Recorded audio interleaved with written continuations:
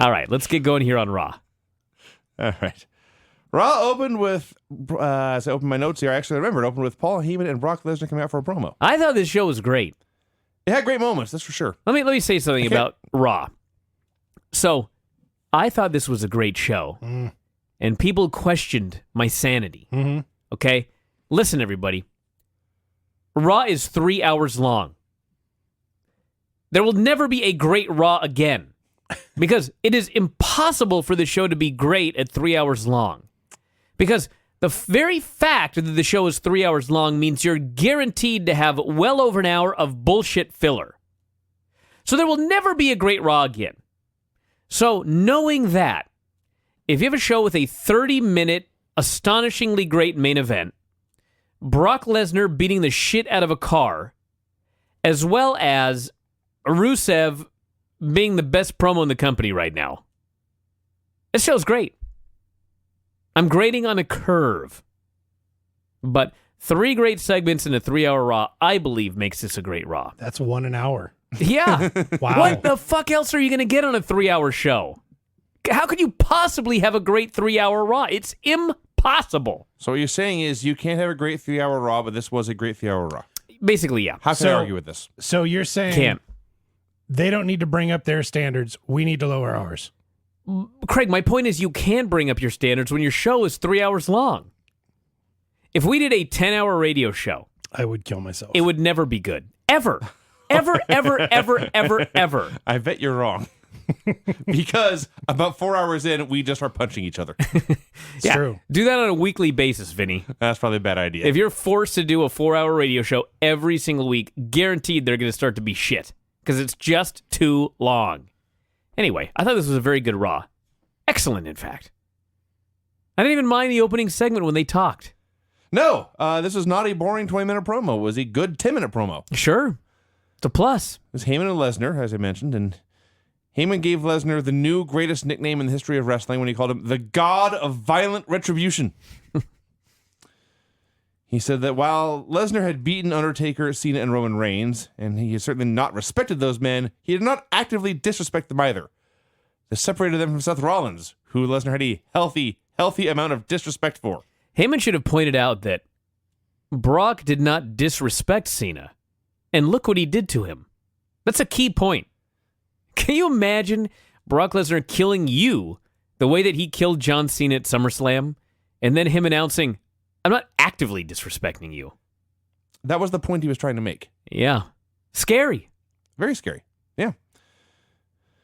He said Rollins had provoked Lesnar on 3 separate occasions, taking his title at Mania, weaseling out of a rematch the next night, and then orchestrating a gang beating on Lesnar 2 weeks ago. He talked about all Brock was going to do to Seth, and the crowd was chanting Suplex City, and that was that. It was great. We had horrible photoshops of Kane allegedly having fun in Hawaii. I couldn't believe they went from Brock, the god of vengeance and fire, or whatever the fuck his name was. Violent Retribution, to photoshops. And then a cartoon with J&J Security. We had a cartoon map of J&J and their Cadillac driving around the country. Looney Tunes. Raw turned into Looney Tunes. I will say this. I don't mind the goofy photoshops on WWE.com because it's just a goofy website. Who cares? But putting them on Raw was a mistake. You don't say. The storyline is supposed to be that he's really in Hawaii. Yeah. So they made photoshops? Now, I don't mind the cartoon with J&J Security because for once in the life of this company, they did a good job building something up, which was the death of this car. For 2 weeks now, they built it up great, and they paid it off. So, that's a win. Big Show versus Ryback, a match I have now seen at least 2,000 times. And you should actually go back and check. I'm sure that's accurate. Because I went back and checked on R-Truth and Wade Barrett. Because I thought I'd seen that a million times. And I was legitimately gobsmacked to realize that they have only wrestled 5 times this entire year. Well, that's fine. The important thing is it feels like a million times. Well, that's true. Yes. We got clips of Ryback doing a sit-down interview, saying he was one of the few men in the world capable of manhandling the Big Show. And actually, this clip we saw was a pretty great promo. So the gimmick here was that Miz was on the floor with a house mic, throwing out occasional commentary, basically encouraging the two big men to beat the hell out of each other. Lay it in. Lay it in. Yeah, that was one of them. I like when he jumped up in the apron and Show threw a paw at him, and Miz dodged the safety and then said, "Missed me." Yeah, he did. I laughed.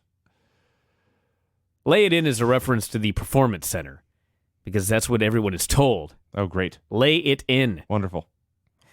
Now, in the concept of a pro wrestling show that's supposed to be real, why do we yell lay it in? I don't know. Well, it would just mean you hit him as hard as you can. You're supposed to do that in every move, you idiot. Well, it could be encouraging him to give it his all. How about just hit him harder? That was the same thing. So Big Show, apparently bored with this feud as I am, started busting out moves we've not seen in a long time, like the fall-away powerbomb and a Hoss of Pain. Wow. Yeah. Eventually, Ryback misses a splash, Show hits a chokeslam, and then Show, for reasons unbeknownst to me, hit a middle rope elbow. Yeah. For this match on Raw. Yeah. And immediately afterwards, Miz ran in and attacked both men for the DQ.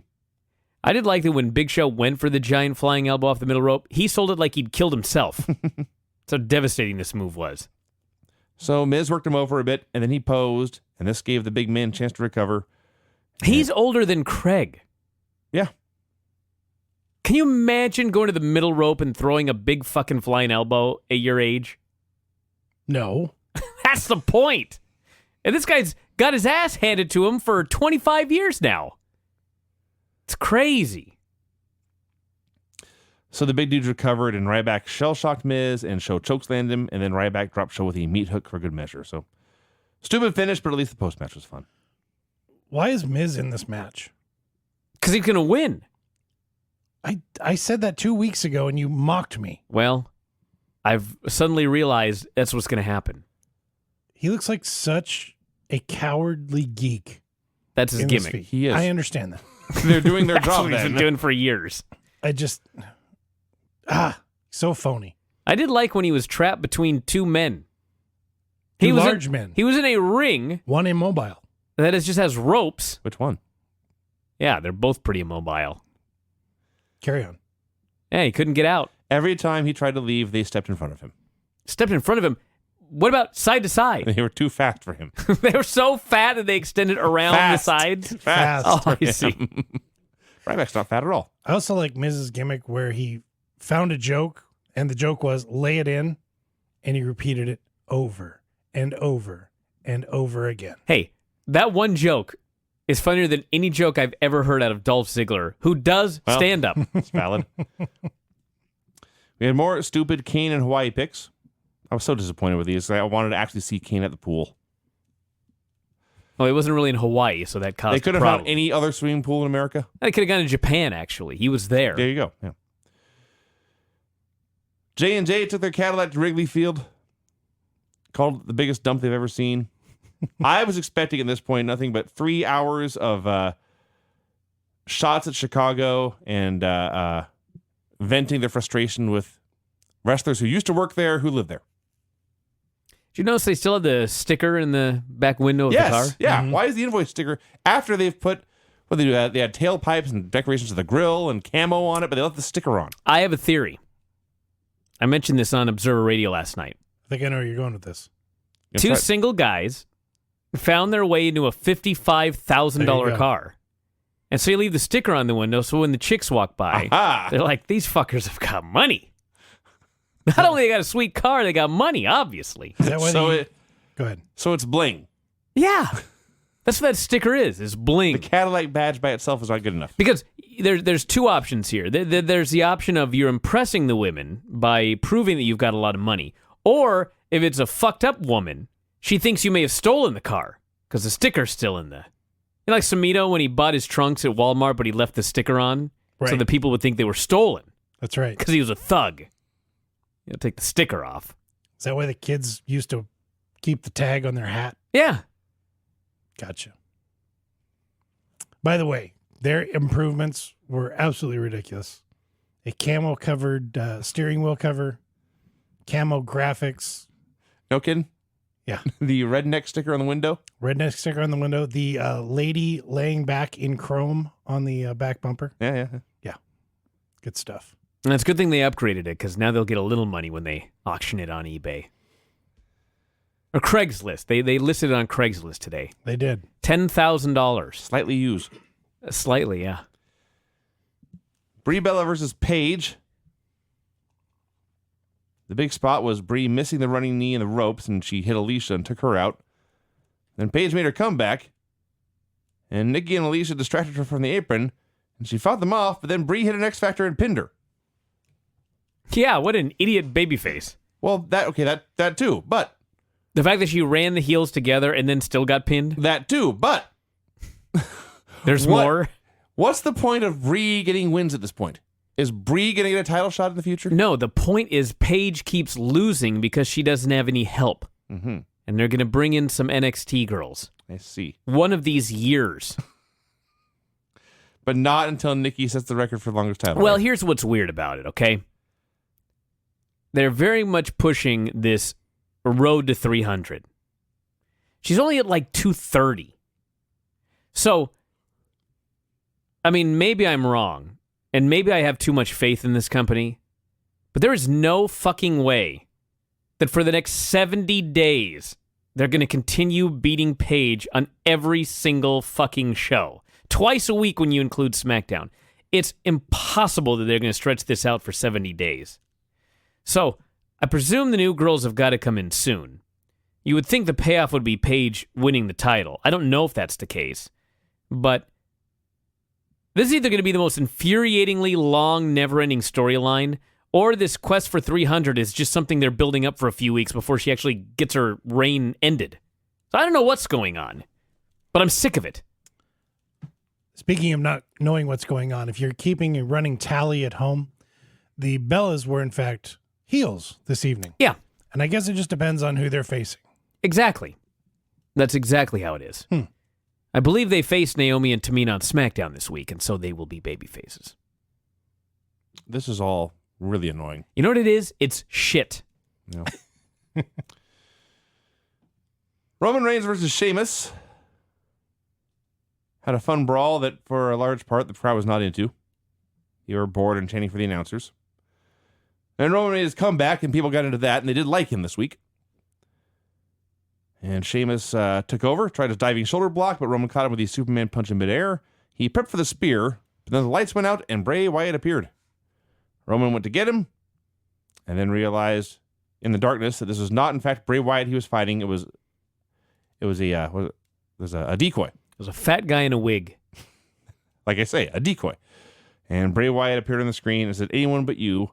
And the lights came back on, and the bell rang, and Sheamus was announced the winner by countout. By this point in the show, we had seen 3 matches and 0 clean finishes. Has a couple things.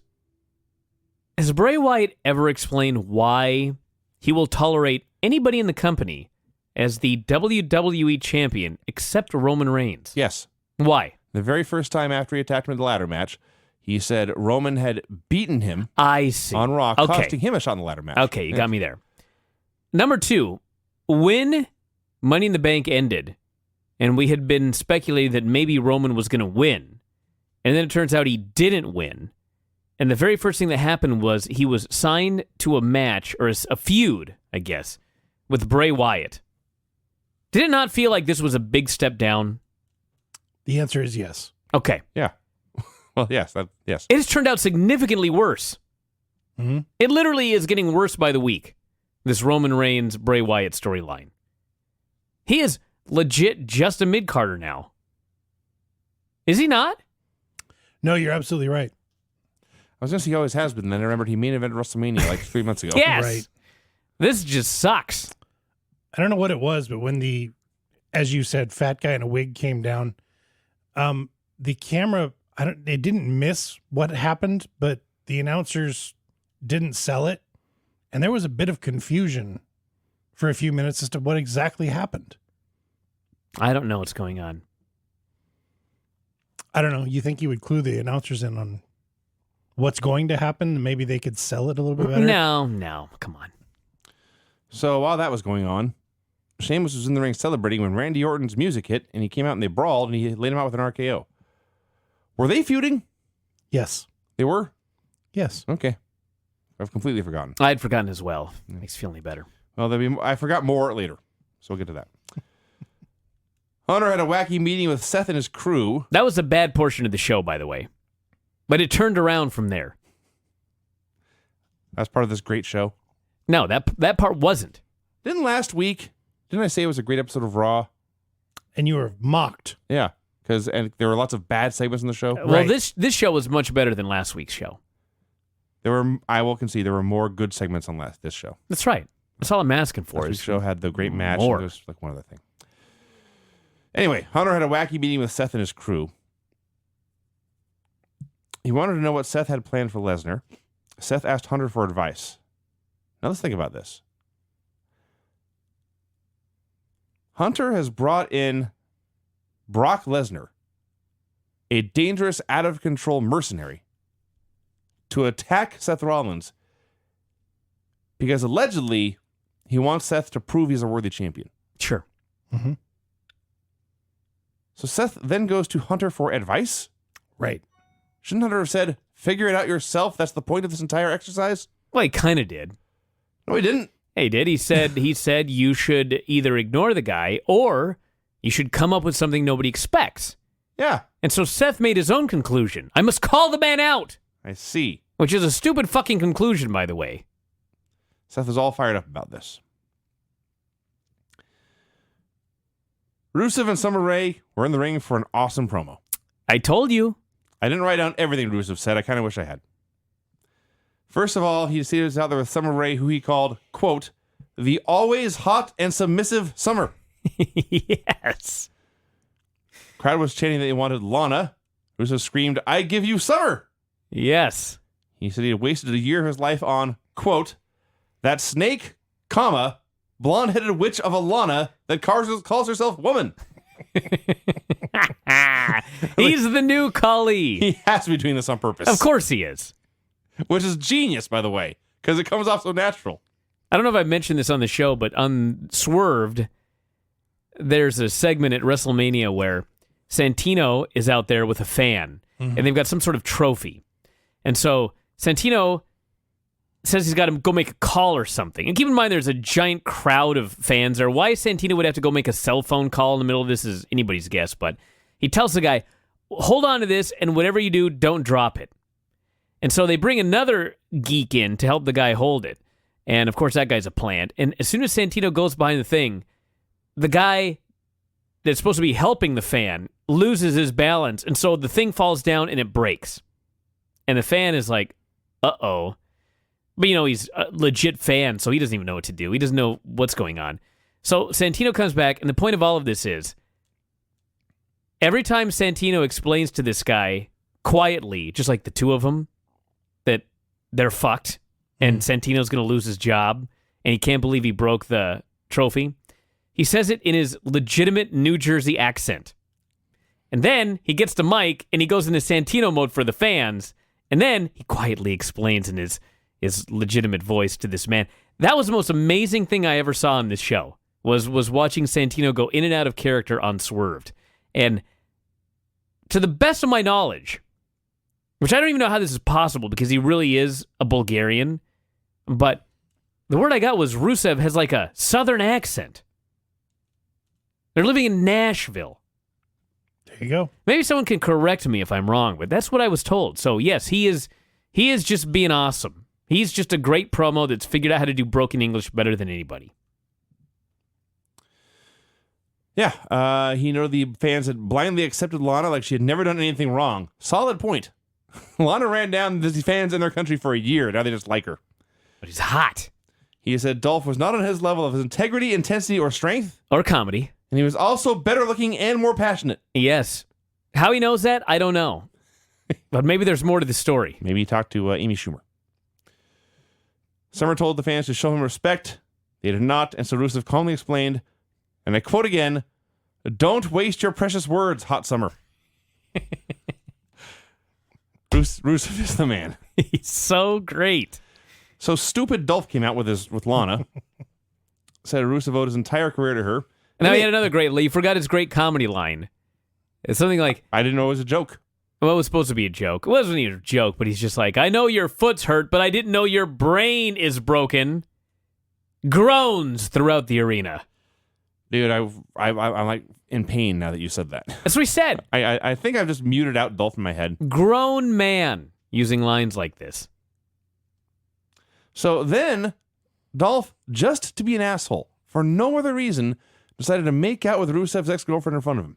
Well, first, he was pointing out to Rusev that Lana was hot and she was beautiful and everything that Rusev had was because of her.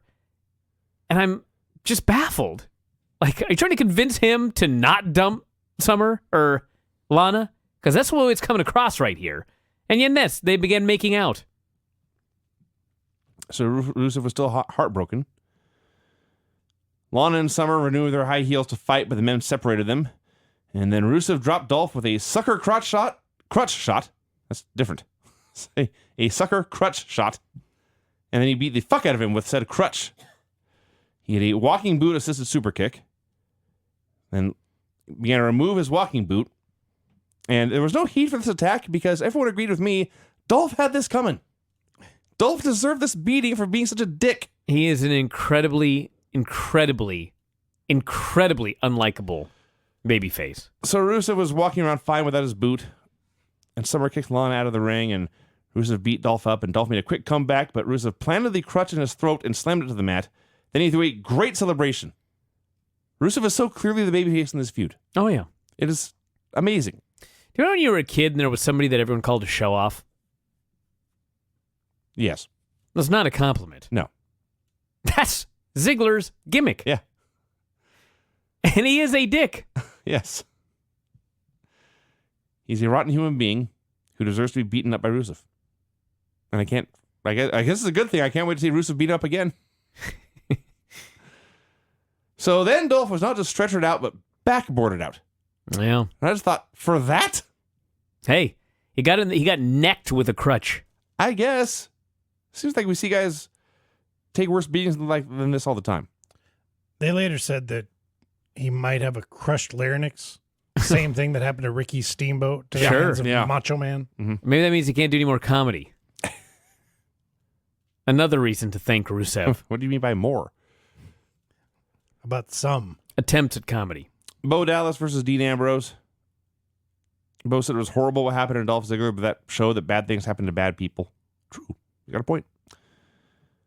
So they had a short match, and this stunned me, but there were dueling chants here. There were significant numbers of people in Chicago who paid money for tickets and then came to support Bo Dallas. Well, what was funny was They find Bo Dallas entertaining. the women started screaming, "Let's go Ambrose." And so the dudes start yelling, "We Bo-Leave."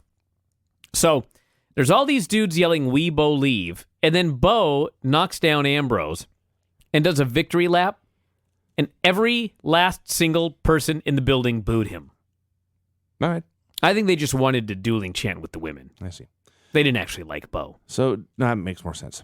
Dean won with Dirty Deeds. It was 90 minutes into the show, and this was our first clean finish. Hey, he won a match. That should count as 2.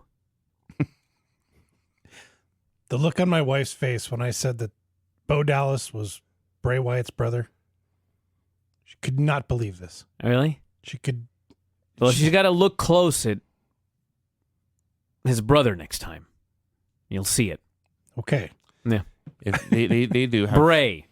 Yeah, I got you. They do look very much alike. I know. J&J drove around for a while. This made TV. Mm-hmm. Hey, build up that car. Wade Barrett versus Truth. I'm not certain. This may have been longer and more boring than Wade's match in Japan. That's impossible. No, it was not, actually. But after about 10 minutes of nothing, this match... This went match like went through 5 minutes, maybe. Dude, this went through a break. This went 9 minutes. Yeah, take out the break. It's 5. Point is, I thought it was fine. They did some stuff at the end. An actual wrestling match broke out. A miracle happened. Wade kicked out of a schoolboy. Yeah. I pissed myself in shock. Someone on Twitter said as soon as that happened, he knew he was winning. He did, in fact, kill Truth with the bull hammer and won. Yeah.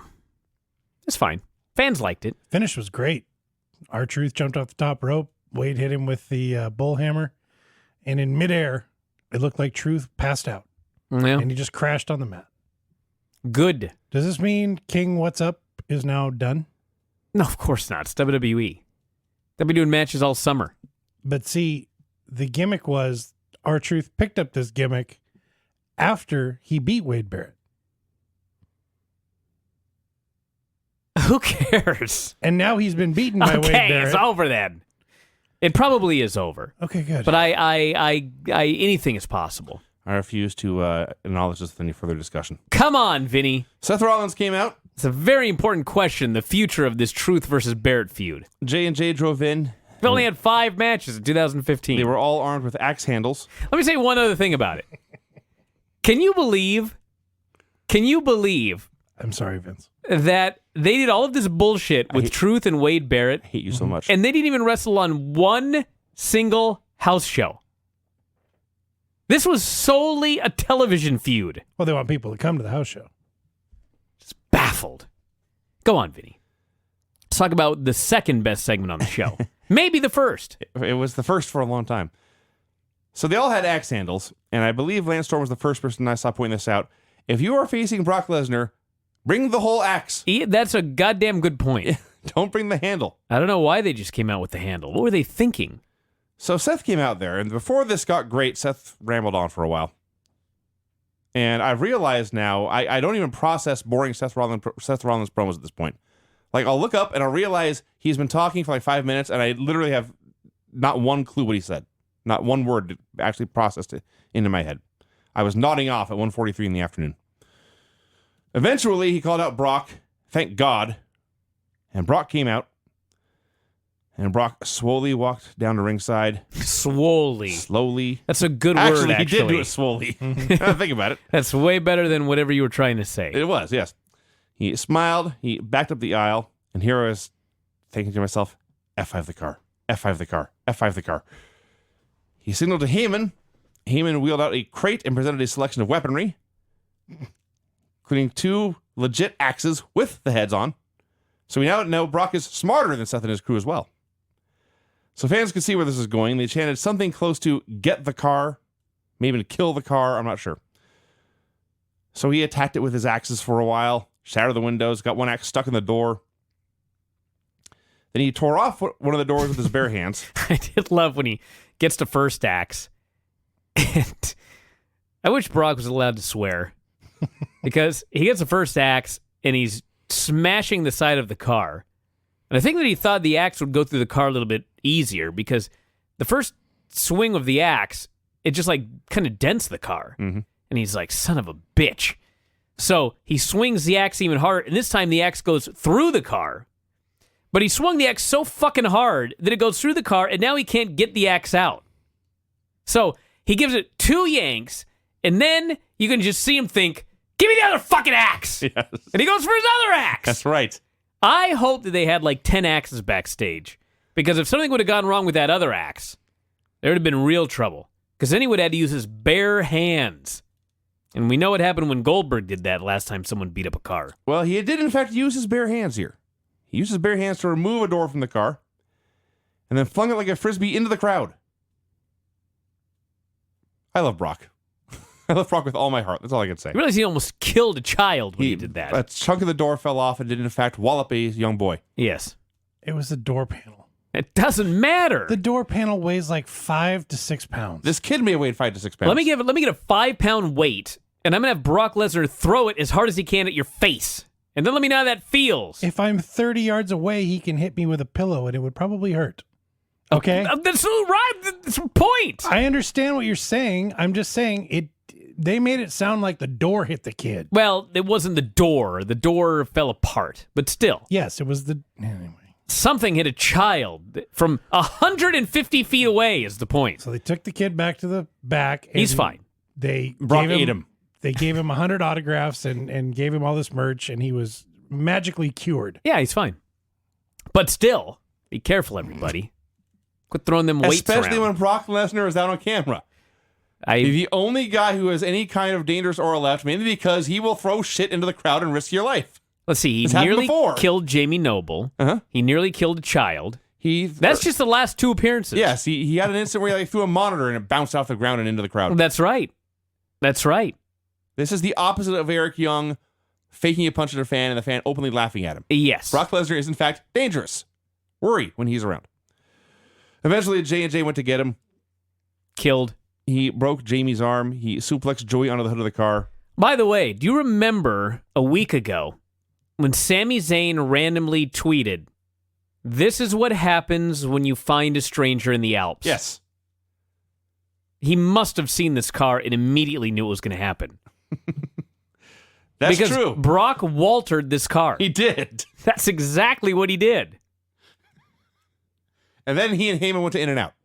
How was nobody made a video yet of Brock destroying the car with Walter's tirade in the background? Somebody do this, quick. I'll wait. I'll Yeah. sit here and wait till it's done. So then Brock did not approach the ring. Brock charged the ring. And Seth panicked, threw his accent in the air, and ran for his life. This is what Michael Cole should have done 2 weeks ago when Brock showed up. Whatever that was. So Brock gave chase, and believe you me, these dudes were running. Oh, yeah. This was not a lighthearted jog to safety. Seth was running for his life, and Brock was running to kill him. Yeah. Eventually, Brock yielded. He returned to the ring. He posed with the belt. And Brock is, as usual, far and away the best thing on this show. Dave told a story from a few years ago, probably a decade or so ago, where Shelton, Benjamin, and Brock decided to see who could run from, I guess, the ring all the way up to the top of the arena and get there the fastest. Mm-hmm. And you can imagine the size of Brock at the time Yes. and the kind of athlete that Shelton was. And Brock beat him. Yes. I believe Shelton ran track, didn't he? Yes. Yes. Shelton competed at a very high level in running fast. Yeah. There was a story that came out, I saw it for the first time just like a month ago, when Brock had his one few months in an NFL training camp. And even though Brock was a rookie, he was taking part in hazing the other rookies. And one of them broke free and Brock went to run him down. And there was a story about one of the wide receivers who tried to basically he tried to get in Brock's way and Brock warned him to get out of the way and the wide receiver looked him up and down and got out of his way. I legit thought the story was going to be this guy tried to run Brock down and couldn't do it. Yeah, Brock is a freak, everyone. Brock Lesnar is a freak. Yeah. Lucha Dragons versus the New Day. Oh, man. The primetime players were on How can commentary. you say this wasn't a great show with Titus O'Neil? I saw your tweet. I believe you said he was your hero. Yes. Something like that. You were very high on Titus. So I waited to hear what he had to say here. And for a while, I was just honestly very confused. I thought perhaps you'd watch a rerun of Raw or something because he wasn't saying much and what he said, he was not delivering very well. And then there's a point where JBL questions his education. Do not do this with Titus O'Neil, everyone. Unless you want him to make good TV. Because this lit a fire under him. Well, it actually started moments earlier when JBL is busy. He's got the tag team champion sitting with him, and he's got the challengers in the ring, and all he's doing is talking about Seth. Mm-hmm. And Titus is just, why are you talking about Seth when there's a tag team match going on? You've got the tag team champion sitting next to you. Talk about this match. So he said something about numbers, and as I said, JBL questioned his education. And Titus says, I have 2 degrees. That's 2 more than you. And you can tell there was a tone in his voice. He earned his bachelor's and his master's, and he worked for it, and he does not want to be disrespected that way. No. Then he mentioned, in fact, JBL, you don't have a degree, but my tag team partner over here, Darren Young, he's got one. Kofi Kingston, he's got one. Xavier's getting his PhD, and I'm pretty sure Big E graduated from Iowa. Basically pointing everyone here, JBL, is in fact, can be proven to be smarter than you. Then, when that was done, he started calling the actions. And he was better as a play-by-play commentator than any of those other geeks on the floor. Oh, yeah. He was awesome here. Slow start, but he turned out awesome. So we watched this after Nitro, and we'll get to this, but it was kind of amazing watching Kalisto fly around her on Raw after watching Rey Mysterio fly around on Nitro. Just, Obviously, no secret, Kalisto owes a big chunk of his career to Rey Mysterio for blazing the trail for what tiny men could do. But that was You're neglecting the part where Titus, he buries JBL, and he just completely shuts him down. Oh, yeah. The bully JBL. Yeah, JBL was, in fact, speechless. Yes. For a good chunk of this, and I don't think I've ever seen that before. Because JBL knows I can bully most of the dipshits on this roster, but I ain't fucking bullying Titus O'Neil. No. He'll beat the shit out of me. So he's dead silent for a while. And then Titus starts pointing out how he's dead silent, and Titus starts burying him for being silent for the first time in his life, and he's begging him to start calling the match. And finally, JBL just mutters, well, I don't want to make you look bad. And then Titus is like, I can't fucking look bad. Look at my suit. Look at my shoes. I'm the best looking guy here. Like, can we just have this guy on commentary from now on? Please. He was so great. Bullied the bully into submission. Finish here was also awesome. The Lucha Dragons are running wild, and they go for twin topes. I didn't catch the whole thing until they showed it on replay, but on one side, Sin Cara is going to hit a dive on Kofi, but Xavier pulls Kofi out of the way, and Sin Cara crashes and burns on the floor and sells it like death. Meanwhile, Kalisto goes for a dive on Big E, but Big E is huge, and he catches him, hits a belly-to-belly on the floor. Did you see on the belly-to-belly, by the way? I've seen a million belly-to-bellies on the floor, but for some reason, Big E decided, I'm not only going to belly-to-belly you, but I'm going to leap high into the air as I do it. Like Kalisto, you know what I mean? He's little. Uh-huh. I mean, Big E probably just could have raised his arms like he was stretching in the morning and he would have thrown the fucker, but he decided, I'm going to throw you as hard as I can and leap. Yes. And the New Day return to the ring and pin Sin Cara with a big ending. Great finish. And the New Day and Primetime Players talk shit for a while, and they have a title match coming up. This was tremendous. Overshadowed by the commentary, the match was actually very fun. It's pretty good. And Sin Cara's hot tag and comeback were awesome. And you guys said everything else, so I'm just going to stop there. Yeah. They did the reveal for the cover. You're playing JBL now? No, but I am better looking than you. Oh, wow. Wow. They did reveal the cover for the new video game. It's Steve Austin, as you probably all heard. John Cena came out for the U.S. Title Open Challenge. They showed highlights of Finn Balor beating Kevin Owens for the NXT title in Japan. I think it's the first time Finn Balor has ever appeared in any way on Raw. Pretty sure you're right. Aside from signs. I've seen signs before. But yeah. So Cena mocks Owens for losing, and Owens comes out, says the worst part of Raw every week was Cena's promos. What Raw are you watching? Is there a weird Canadian edit where they edit out all the crap? So he said he didn't want to wait for Battleground. He wanted to challenge Cena right now. But before the match could start, Cesaro came out. He said nobody wanted to see Owens whine about losing his title. They wanted to see him get another U.S. title shot. He pointed out that he had Mr. Never Give Up, John Cena, ready to give up when Owens had cost him the match. Finally, he said, Owens, you'll never beat Cena for the U.S. title. And if you don't leave, you're going to have a problem with me. And the fans started to chant for a triple threat, but Owens is the best heel in the world, and he scowled and walked away. I didn't like him walking away. He's a heel. He's the ultimate heel. I know, I didn't like it. He's getting his shot in 2 weeks. Who cares? Dude, this is far and away not the worst thing they did with Kevin Owens in the show. I understand that, but I don't know. He's, a tough guy, and He's a coward. didn't Well, expect if you've tough guys. watched his career, If you watch, he's made a career of just walking away. yeah, that's his point. He does not want a fair fight. He wants to strike when his opponents are weak. He is an evil dick. No, walking away was the best thing here for sure. That mine- Really? I don't know what it is, but I do my shows at the same time every day. And my wife always tries to contact me when I'm on the air. She's attempting to FaceTime me right now. She was a big hit on the show last week. Maybe we should pipe her through. Oh, she's not here. For the FaceTime through. FaceTime. I don't think that's going to work. Well, let me communicate. Go on, Vinny. Rest assured, you're not the only one whose wife does that. So, Cesaro versus John Cena for the U.S. title. For a while, I thought this was not as good as the match they had last week. And by the end, I thought that was freaking awesome. They had a great main event championship match. So early on, they're talking about how John Cena has restored the U.S. title to a prestigious championship.